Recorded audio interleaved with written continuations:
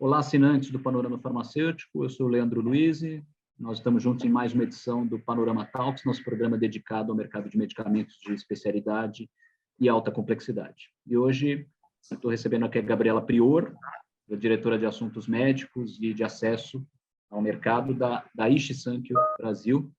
E, Gabriela, quero agradecer a sua presença e hoje vamos falar de alguns desafios para essa jornada de medicamentos ser 100% completa e sem fricções, né? Obrigado pela presença. Com certeza. Hoje eu tenho certeza que a gente vai ter um bate-papo aí produtivo para os dois lados, né? Obrigada pelo convite. Vai ser um prazer poder falar um pouquinho com você hoje.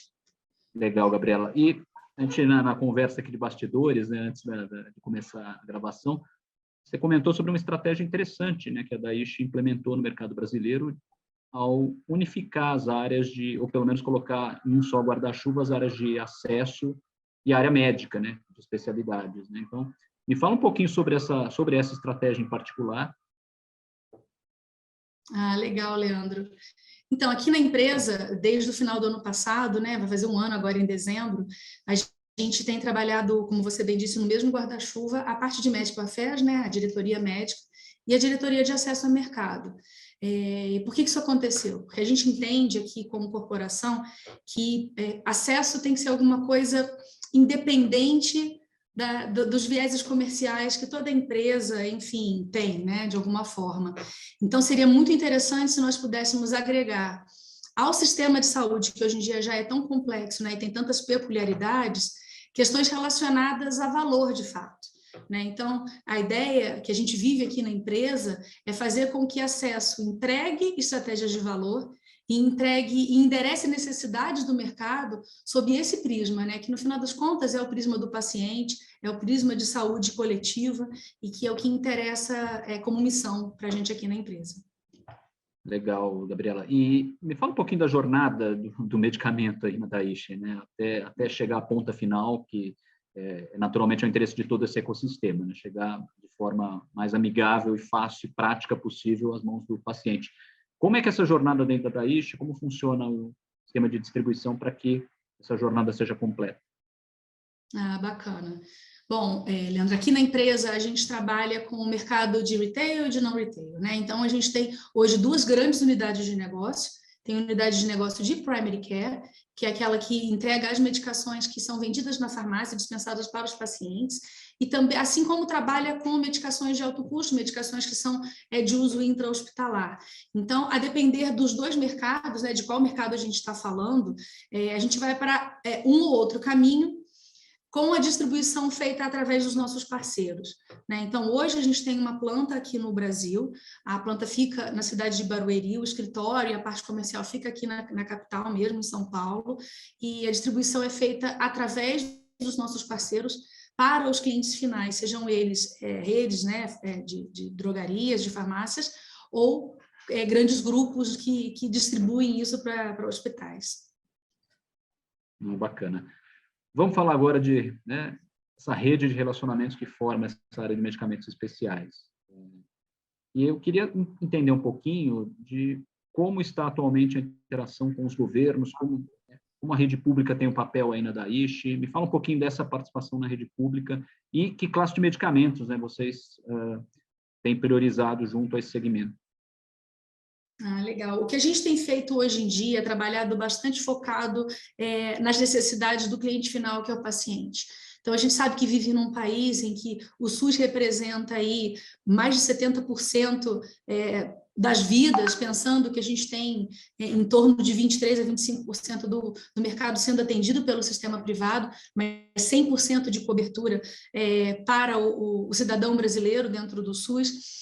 E, então, por conta disso, é muito importante para a Daiichi, como missão, ter boas relações e se estabelecer como um interlocutor e um fornecedor de soluções para o governo. Então, o que a gente tem se disposto cada vez mais é estreitar essas relações com as agências, estreitar essas comunicações através de relações com o Ministério, e isso tem sido bastante interessante, porque a chegada da complexidade um pouco maior com algumas medicações que a gente tem, elas têm se dado de uma maneira fluida, como tudo que acontece numa boa empresa japonesa, né? As coisas aqui, elas precisam acontecer de uma maneira sustentável, em que agregue valor ao sistema, não no curto prazo, mas que a gente, de fato, seja um player, né? Seja tenha um papel relevante na sociedade brasileira. Então, a gente tem, sim, estabelecido algumas conversas já com os nossos clientes, sejam eles do serviço privado como serviço público também. E, Gabriela, que classe de medicamento, que áreas terapêuticas acabam tendo mais relevância pensando em Operação Brasil? Dentro do Brasil, a gente tem duas grandes unidades de negócio. A gente tem, como eu falei, a Primary Care, e na Primary Care a gente trabalha com algumas frentes, e isso já na Daiichi Sankyo tem mais de 60 anos no Brasil. Então, é uma empresa que está estabelecida na cardiologia, tem frente em psiquiatria e trabalha também com um portfólio que cobre tanto medicações para dor quanto ortopedia. Então, na Primary Care, esses são os nossos 3 principais pilares. Quando a gente fala de oncologia, a gente tem um pouco menos de história, está começando a navegar aí nessa jornada, mas a nossa entrada, ela se estabelece hoje em dia através dos tratamentos para câncer de mama. Mas é só a entrada, como eu falei, é um novo caminho a ser percorrido, mas ainda tem muita água e muito mar para desbravar na oncologia, né? Com certeza. Falamos dos desafios da rede pública, mas é importante a gente falar do canal privado. Né?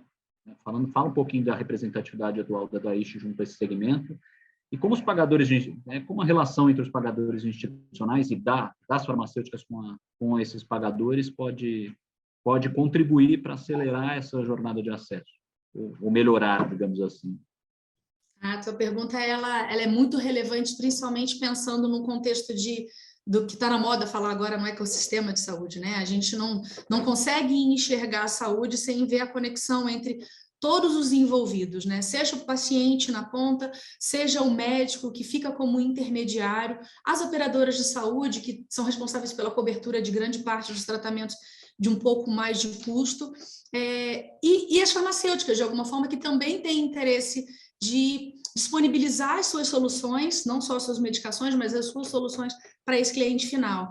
O que a gente tem feito no serviço privado, a gente tem uma representatividade um pouco maior, tanto na primary care quanto na oncologia. De fato, o nosso core business é onde funciona o nosso negócio hoje em dia, mas sem deixar de lado e sem deixar de dar atenção às peculiaridades do serviço público. Hoje, algumas medicações nossas são de cobertura para operadores de saúde. Por exemplo, a gente sabe que hoje o rol da ANS ele rege algumas coisas em relação às terapias oncológicas, mas o nosso principal tratamento é intravenoso, então ele acaba tendo um pouco mais de disponibilidade para o paciente do ponto de vista de acesso. E, de fato, desde que a gente começou na oncologia, as coisas têm caminhado com bastante sucesso. A gente tem entrado, e eu acho que essa chegada, ela, como eu falei, né, uma boa empresa japonesa, ela se sustenta num médio e longo prazo. Então, acho que todas as estratégias de relação, tanto como eu falei no público anteriormente, mas agora no serviço privado, elas estão sendo construídas para uma perenidade um pouco maior, né? Bacana. E é uma curiosidade pessoal e é sempre uma pergunta que fica na minha cabeça quando a gente entrevista farmacêuticas estrangeiras. Entender como o mercado internacional pode trazer lições relevantes para o Brasil, né? Sabendo das distinções entre os mercados, geografia e todos aqueles aspectos que influenciam, né, a operação. Muito legal, porque quando você perguntou, a primeira coisa que me vem à cabeça bom, a gente está numa empresa japonesa, e o mais interessante não é o fato dela ser japonesa, o mais interessante é o fato de que nós fazemos parte, aqui na Daiichi Sankyo Brasil, de um grupo que a gente chama de ASCA, que é um grupo que reporta direto para a Ásia. Então, hoje, a América Latina é representada pelo Brasil, então o hub de América Latina, apesar da gente estar presente comercialmente em 12 países nas Américas, o Brasil é o principal negócio, e a gente se reporta para o Japão. Eu, por exemplo, tenho tenho chefe médico e chefe de acesso que ficam em Tóquio, né? Então, só o fato da gente estar ali a 12 horas de diferença, isso já gera uma peculiaridade aí que eu acho que as farmacêuticas europeias ou americanas, elas não passam por isso. E até por isso eu acho que a gente consegue enxergar através dos olhos de quem está na Ásia, comparado com o que a gente vê aqui hoje num país sul-americano em desenvolvimento como o Brasil, o quanto que a globalização ela precisa fazer sentido para quem está liderando o negócio. Então, a gente precisa, de fato, enxergar o planeta como um todo, porque apesar de a gente ter a China super longe, qualquer coisa que aconteça lá repercute aqui. Então, quando você me pergunta como tudo funciona dentro de uma farmacêutica multinacional, né, de uma empresa globalizada, bom, funciona de acordo com as peculiaridades locais, mas também para atender essa visão global que a gente, como farmacêutica com representatividade em tantos países, precisa ter atenção, né? Então, mercados mais complexos são comparados ou estão à frente, enfim, de mercados que talvez não tenham tanta viabilidade comercial. O que eu posso dizer, para meio que simplificar e trazer alguns exemplos, o Brasil para a Daiichi Sankyo, um país de alta relevância. A gente é visto como um país que precisa trazer as tecnologias antes e está sempre nessas primeiras ondas. E o mercado brasileiro é um mercado muito promissor. Apesar de todas as dificuldades que a gente sabe que, como país, a gente enfrenta em vários campos políticos, econômicos, sociais, ainda o povo brasileiro, ele, em número, é muito representativo e ele é um business muito interessante. Então, ainda bem, eu acho que não é só uma realidade nossa, mas aqui na Daiichi a gente vive muito incentivo e muito desenvolvimento para que o nosso business faça sentido globalmente pela importância que ele tem. Uma farmacêutica até recentemente me comentou que o Brasil acaba sendo um grande laboratório, porque são tantos os desafios, né, que conseguir dar certo e romper essas barreiras, se você rompe aqui, literalmente você consegue extrair lição para outros mercados, né? Impressionante. E isso me dá um gancho para a gente pensar que, por exemplo, o Brasil, para pesquisa clínica, ele tem uma miscigenação tão interessante, que é uma população que é de interesse para o mundo todo, entender como funciona, tem um mercado muito específico e muito diferente do que os outros mercados, então, realmente, a gente acaba sendo um laboratório, né? Independente da frente que a gente está olhando. Legal, Gabriela. Bom, só resta torcer que essa dobradinha Brasil-Japão, né, também contribua e continue contribuindo para o desenvolvimento da indústria farmacêutica nacional e, principalmente, melhore essa jornada de acesso, sem dúvida. Tenho certeza, tenho certeza. Se depender da gente, o Brasil vai caminhar com toda a tecnologia que o Japão sabe fazer e a gente vai dar toda a emoção que o brasileiro sabe colocar para fazer bem as coisas, né? Então, acho que é uma casadinha perfeita. E entra um pouco naquela linha do que a gente sempre fala, acesso e sustentabilidade. As duas palavras têm que estar em plena integração sempre, né? Acho que esse é o caminho, esse é o desafio. Sem dúvida, sem dúvida. Legal, Gabriela. Podia ficar longamente aqui discutindo, mas, né, acho que fizemos algumas provocações e reflexões e só tenho a agradecer a você pela oportunidade. Leandro, eu que agradeço, a gente está super disponível, é o que a gente vive aqui no dia a dia, é o que é a nossa essência, né? Falar um pouco de oferecer soluções para os pacientes. Então, obrigada e conta com a gente aí para uma próxima. Perfeito, Gabriela, obrigado. Um abraço. O Panorama Talks tem o patrocínio da Bradmex, entidade que representa as principais distribuidoras de medicamentos de especialidades no Brasil. Espero que vocês tenham gostado de mais essa edição e fica aqui o convite.